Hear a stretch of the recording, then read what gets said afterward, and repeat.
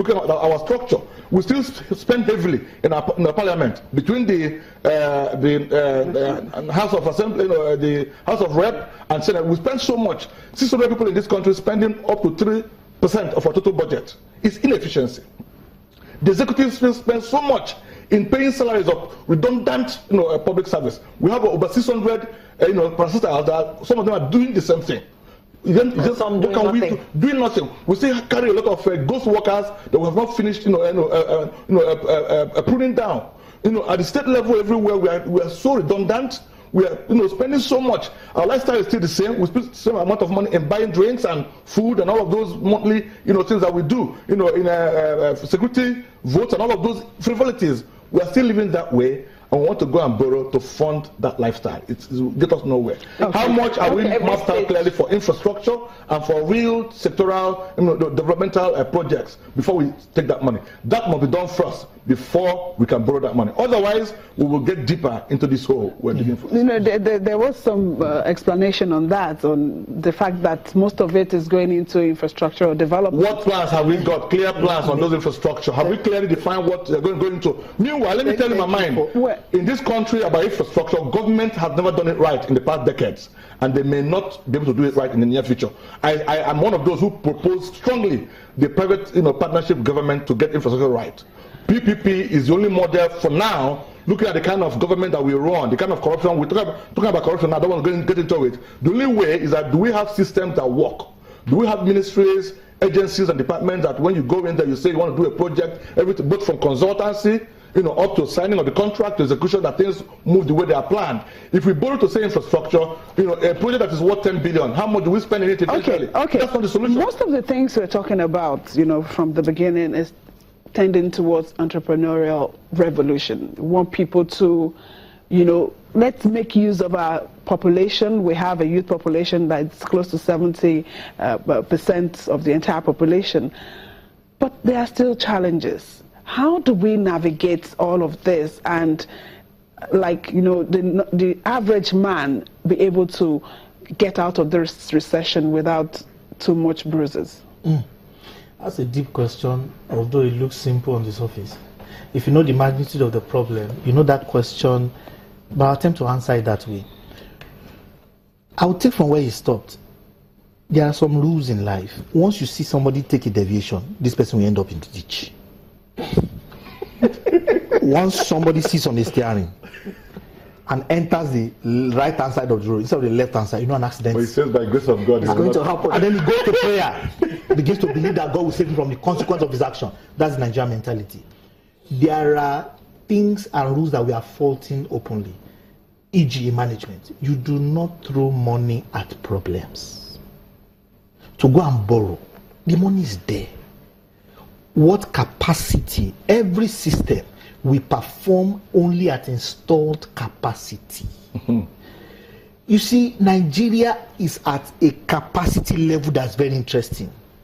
The average, when people say you have the youth that is 70%, we have youth at 70% of the population, begin to engage these youths. Start talking to them, then you will understand that we are in problem. Tell young people to write down their goals, for example. The people you're talking about, give them a list, let them talk. If you have 10 million naira, what you do with it, or start with 100 million. That's when you know that we're in trouble. The first place he mentioned it, low standards of training and capability building. We need to find a means. And you see, it's when there's no money you train. You see, life. I'm happy you're saying that don't give yourself. Money. I'm a trainer. When I say people say I'm promoting my business, you don't give money. My company's trained at this point. Yes, you don't give. It's a perfect storm. You don't give money. You don't give a big car to a learner. You start life with minimal resources so that you can learn prudence by the things you will go through. If you go and give a big machine to a rookie, it's the problem we have today. We've got people in leadership who have not manned any big system. They've not seen any storm. As when a storm comes, the guys are afraid. So the point is, it is time to build capacity and be systemic about it. We need to find a means of quickly building capacity. Education and training. Thank you. Look, until we get serious, and that is not mouthing words. You see, if you meet Chinese people or go to China, or any of the nations that have gone from third world to first world over the past 20, 30 years, they've not flouted this role. See, they fight corruption. You are looking at training. No, not training. But don't we have... It's a small part. It's called capability building. And that is highly institutionalized. And it has a process. Look, Japan did it. China did it. If you meet the average Chinese, they are well schooled. Technically, functionally, intellectually, academically, you know, on all the fronts. So while we are doing this capability building, that's number one. Okay. What are the other things we need to do? Yeah, fine. On one side, very fast. On one side, we need to quickly make simple institutions that work simply. Strengthen the institutions. With governance systems, risk management practice. Thank you. I go in to get my business registered. I know in 2 days I'll get it done. In 2 days I get it done. If I don't get it done, I went to protest. Somebody gets sacked immediately. Did you two have a meeting before coming in here? It's so amazing because great minds think alike. Let me tell you, the problem in Nigeria is not complex. It is the people that are complex. The truth is, people have so many interesting mentalities. But bottom line is that the things to fix Nigeria is not plenty. The things we need to do, they are not plenty. Okay. We mentioned them. We need to take your last word now in one sentence each because we need to wind down in 1 minute. Your last word, sir. Well, I wish I can make it a last word. We need to behave better as a nation.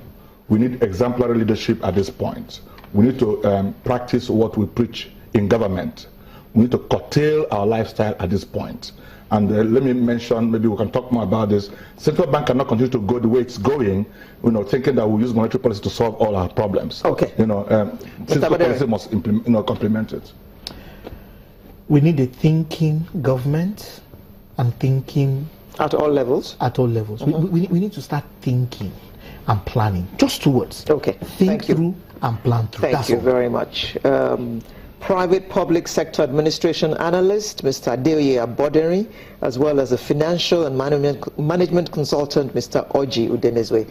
Thank you very much for coming and discussing this thing with us in the passionate way that you have done. Thanks for having us. We'll just take a short break, come back, but before that, Janet will not be here physically, but she will be here after this break.